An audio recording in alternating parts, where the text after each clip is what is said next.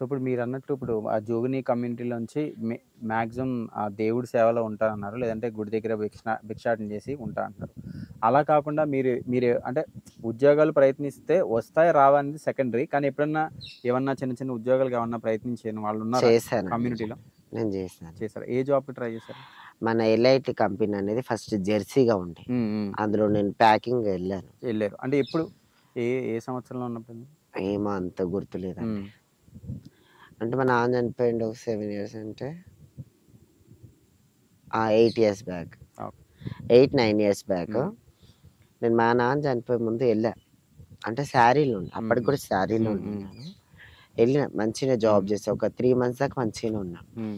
3 months తర్వాత ఇగ transgenders వచ్చి మాట్లాడుతుంటే, అది చేస్తుంటే, ఇది చేస్తుంటే, మా ఊర్లో ఉన్నోళ్ళందరూ నాకెట్లా నేను చిన్నగున్నప్పటి హ్మ్. నుంచి ఉన్నాను హ్మ్. తెలుసు అందరికి. ఒక లేడీలాగుంటా. ఒక ట్రాన్స్‌జెండర్ హ్మ్. దాన్నని అందరికి తెలుసు. మేనేజ్ చేసి వచ్చేసరికి ఆంధ్ర. మన భీమవరం దగ్గరికి హ్మ్. ఆయన. హ్మ్. అయితే ఆయనన్నాడు, "సంధ్య నువ్వు రేపటి నుంచి పనికి రాకు. హ్మ్. వద్దు అవసరం లేదన్నాడు." హ్మ్. "ఎందుకు సార్" అన్నాను. అయితే ఆల్రెడీ ఫుల్ అయిపోయారు. నేను హ్మ్. తీసేస్తున్నానంటే, ఫస్ట్ జాయిన్ అయిందే నేను. అంటే హ్మ్. కంపెనీ స్టార్టింగ్ నుంచి ఉన్నాననమాట. నేను ప్రతి ఒక్క మిషన్ గాని, ఆపరేటింగ్ గాని అన్నీ తెలుసు నాకు. హ్మ్. స్టార్టింగ్ నుంచున్నా. నన్నింకా ఉండు అని జెప్పేసి నన్ను ఇంకా సాలరీ పెంచుతా అన్నోళ్ళు నన్ను ఏకదమ్ ఎందుకు తీసేస్తారంటే, నేను తర్వాత మాట్లాడతా సంధ్య ఇప్పుడైతే ఎళ్ళిపో అని బయటకని హుహు. పంపించేసిండు. ఆ రోజు సైలెంట్‌గా నేను వచ్చేసిన. వచ్చేసిన తర్వాత నాకు తెల్లారి నేను మళ్ళీ పోతే, "నువ్వు ట్రాన్స్‌జెండర్‌వి గదా! నీతో ఆళ్ళు ఈళ్ళు వస్తుర్రు గదా! అవసరం లేదు. కంపెనీకి పోయిన ఇజ్జత్ పోతదని" చెప్పేసి అన్నాడు. ఆ రోజు నుంచి ఇగ నేను సాలించుకొని నిల్చోబెట్టేసా. నేను ఇంకేం టైలరింగ్ జేస్తా. హ్మ్. మా మమ్మీ పార్లర్.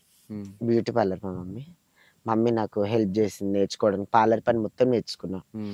టైలరింగ్ అక్క వాళ్ళు నేర్పించిర్రు. ఇంట్లో గూడా చిన్న చిన్న టైలరింగ్ పనులు నేను జేసుకుంటా. నా సొంతంగా నేనైతే ఇప్పుడు బతుకుతా. ట్రాన్స్‌జెండర్‌గా మారాలన్నా, లేదంటే జోగిని వ్యవస్థలోకి రావాలన్నా గూడా, అది చాలా ఒక పెద్ద నిర్ణయం తీసుకొని రావాలి. అంటే మన అవునండి. మనసు ఎంతో స్ట్రాంగ్ చేసుకొని, ఎన్నో కఠిన నిర్ణయాలు, ఎన్నో కఠినమైన మాటలు పడితే గాని, మనం ఇక్కడ అంత అంత పెద్ద డెసిషన్ తీసుకొని రాలేం. చానా బాధలు ఆ! పడ్డానండి నేను. అట్లా మీ జీవితంలో మీరు బాగా బాధపడిన సిట్యుయేషన్ అంటే ఇంకా అంటే చాలామంది ఏంటంటే, చావు దాకా ఎళ్లి ఈ పరిస్థితికొచ్చానని చెప్తారు. అవును. సో, అట్లా మీ జీవితంలో ఏమన్నా సంఘటన? అవునండి. చానానే ఇగ చెప్పుకుంటే ఇది ఎల్లారదు తెలుసా అండి. నేను స్కూల్‌లో ఉన్నప్పుడే హ్మ్. నేను స్కూల్‌లో ఉన్నప్పుడే 10థ్ క్లాస్ అబ్బాయిలు. నేను సిక్స్త్‌లో హ్మ్. ఉన్నాను. హ్మ్. ఇగ బిహేవ్ చేయడం గాని, నేను హ్మ్. అక్కడ హాస్టల్ ఉండే. మా ఇంటి పక్కపంటే హాస్టల్ ఉండే. హ్మ్. హాస్టల్‌లో పోతే 0.5 అరే చెక్క, కొజ్జోడా అది ఇది అని మాట్లాడము. ఇగ గలీజ్‌గా నాతోని బిహేవ్ చేయడం గాని, ఇగ సెక్స్ చేస్తావా అది అని చెప్పేసి చాలా మంది ఇగ సిగరెట్లు తాగుతుండే, గంజాయిలు తాగుతుండే అప్పుడు. హ్మ్. ఉండే ఒక ఇద్దరు 10వ ముగ్గురు తరగతి ఉండే. వాళ్ళే. ఉండే. హ్మ్. కానీ నాకు చాలా టార్చర్ పెట్టిర్రు. హ్మ్. అలాంటి టార్చర్‌లకని కూడా నేను బయటికెళ్ళి కూడా చదువుకుందాం అని చెప్పి చదువుకున్నా. మా హెచ్‌ఎం మేడం హ్మ్. జ్యోతిరెడ్డి మేడం అనేది హ్మ్. చానా హెల్ప్‌ఫుల్‌గా చేసింది. నాకైతే ఎట్లా ఒక చంటి పిల్లలాగా కాపాడింది నన్ను. ఇగ టార్చర్ భరించలేక నేను హెచ్‌ఎం మేడం మాటలు కూడా ఇనకుండా ఇగ గమ్మున బయటికొచ్చేసిన ఆ రోజు. హ్మ్. వచ్చేసి ఇంటికొచ్చి కూడా డిఫరెంట్ డిఫరెంట్‌గా మాట్లాడిర్రు. నాకు ఏమంటారు మామూలుగా అది ఏమంటారు నేను కళ్ళు దంద చేస్తా. మా నాన్న వాళ్ళు నేను చిన్నగున్నప్పటి నుంచి మాకు కళ్ళు దంద అనే అలవాటనమాట. కళ్ళు దంద చేస్తున్నప్పుడు కూడా ఆడికొచ్చి కూడా డిఫరెంట్‌గా తాగి గలీజ్ చేసి, ఆ రోజు నేను సూసైడ్ అటెంప్ట్ చేసుకున్నా. సల్వర్ అనే ఒక నా క్లాస్‌మేట్ దర్వాజాలు ఇరగ్గొట్టి తీసిండు. హ్మ్. బెస్ట్ ఫ్రెండ్స్ మేము హ్మ్. ఇప్పటికైనా. ఒక ఆరుగురం బెస్ట్ ఫ్రెండ్స్.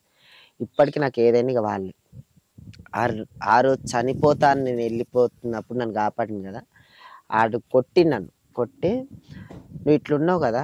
మారితే అట్లన్నా మారు. లేకపోతే నీకు చిన్నగున్నప్పుడు దేవుని వస్తది కదా! దేవుని పేరు మీద ఉండు. కానీ చచ్చిపోతే మీ అమ్మ నాకు దూరం అయితావు" అని చెప్పి నాకు ఒక మార్గం చెప్పి నన్ను ఒక ట్రాన్స్ కమిటీ‌లోకి నెళ్ళిపోయేటట్టు చేసిండు. చేశారు. నేనెళ్ళిపోయినా గానీ మా ఫ్యామిలీ మెంబర్స్ ఒక 6, 7 మంత్స్ చాలా మంది మాట్లాడలేరు, కొట్లాటలు పెట్టుకుర్రు అది ఇది జేసిర్రు. కానీ 6 మంత్స్ తర్వాత అందరి దగ్గరకొచ్చా. ఎందుకంటే నా ఫ్యామిలీలో ఫస్ట్ ఆఫ్ మా నాన్న వాళ్ళ తరపు నుంచైనా గానీ, మా అమ్మమ్మ వాళ్ళ తరపు నుంచి ఫస్ట్ నేనే అన్నమాట పిల్లల్ని. హ్మ్. నా తర్వాతనే తమ్ముళ్ళు, అక్కలు, ఇగ పెద్దనాన్న పిల్లలందరూ ఉండేది. అట్లా. అట్లా అని చెప్పి చాలా పానంగుండే. అట్లా అని చెప్పి నన్ను క్లోజ్ జేసిర్రు. ఇగ అప్పటినుంచయినా గానీ ఇప్పటి వరకి నేను బయట పోలేదు, బయట ఉండలేదు. నా మీద రేప్ అటెంప్ట్‌లు గూడా అయినాయి మా గురి దగ్గర ఉన్నప్పుడు. ఆ! అట్లా అని చెప్పేసి మా అమ్మ ఇప్పటి వరకు గూడా నన్ను ఇడిసిపెట్టదు. ఒక పాపని చదువుకుంటే వ్యవసాయం చూసుకుంటే ఇక భిక్షాటం చేసుకుంటే బతుకుతుంది ఇప్పుడైతే ఇక. అదేవిధంగా ఈ ట్రాన్స్ కమ్యూనిటీలో చాలామంది చాలా రంగాల్లో ఉన్నారు యాక్చువల్లీ. అవును. టీవీ ఫీల్డ్‌లో కూడా ఇంకా చెప్పాలంటే ఫేమస్ కామెడీ ప్రోగ్రామ్స్‌లో కూడా కొంతమంది వస్తున్నారు. అవును. అయితే ఇంటర్నెట్‌లో వాటి గురించి ఒకటి సర్క్యులేట్ అవుతుంటది. కొంతమందేమో వాళ్ళు ట్రాన్స్ అని చెప్తుంటారు. కొంతమంది లేదు ఓన్లీ లేడీ గెటప్సే ఏస్తారంటారు. మీకు తెలుసా ఆ కమ్యూనిటీలో ఉన్నోళ్ళు మీరు కాబట్టి మీకు ఐడియా ఉందా ఎవరు ట్రాన్స్‌లో ఎవరు గెటప్‌లు ఏసేవాళ్ళనేది? అంత మట్టుకు మనకు తెలియదు. అంటే ఉన్నారు, యాక్టర్స్ కూడా ఉన్నారు. నా హ్మ్. పిల్లలు కొంతమంది లాయర్లు ఉన్నారు, హ్మ్. అడ్వకేట్స్ ఉన్నారు, మన రైల్వే డిపార్ట్మెంట్ జాబర్స్ ఉన్నారు, డాక్టర్స్ ఉన్నారు. హ్మ్. నా పిల్లలు కూడా ట్రాన్సే, కానీ ట్రాన్స్ అని బయట తెలియకుండా తెలియకుండా. బతుకుతున్నారు. అంటే ట్రాన్స్ అని బయట తెలియకుండా మీన్స్ చీర కట్టుకోకుండా నార్మల్‌గా ఉంటారా వాళ్ళు? చీర కట్టుకొని ఉన్నారు, మళ్ళీ కట్టుకోకుండా కూడా కూడా కొంతమంది మూవ్ అవుతున్నారు. మూవ్ అవుతున్నారు. సో కొంతమంది అయితే సిజేరియన్ చేపించుకొని ఆడపిల్లని అని చెప్పేసి ఇప్పుడు ఫ్యామిలీలలో ఒక అబ్బాయిని మ్యారేజ్ చేసుకొని కూడా ఒక 7-8 మంది ఉన్నారు నా పిల్లలు. కానీ ఇంతవరకు ఒక ట్రాన్స్ అని చెప్పి బయటికి తెలియదు. అవును.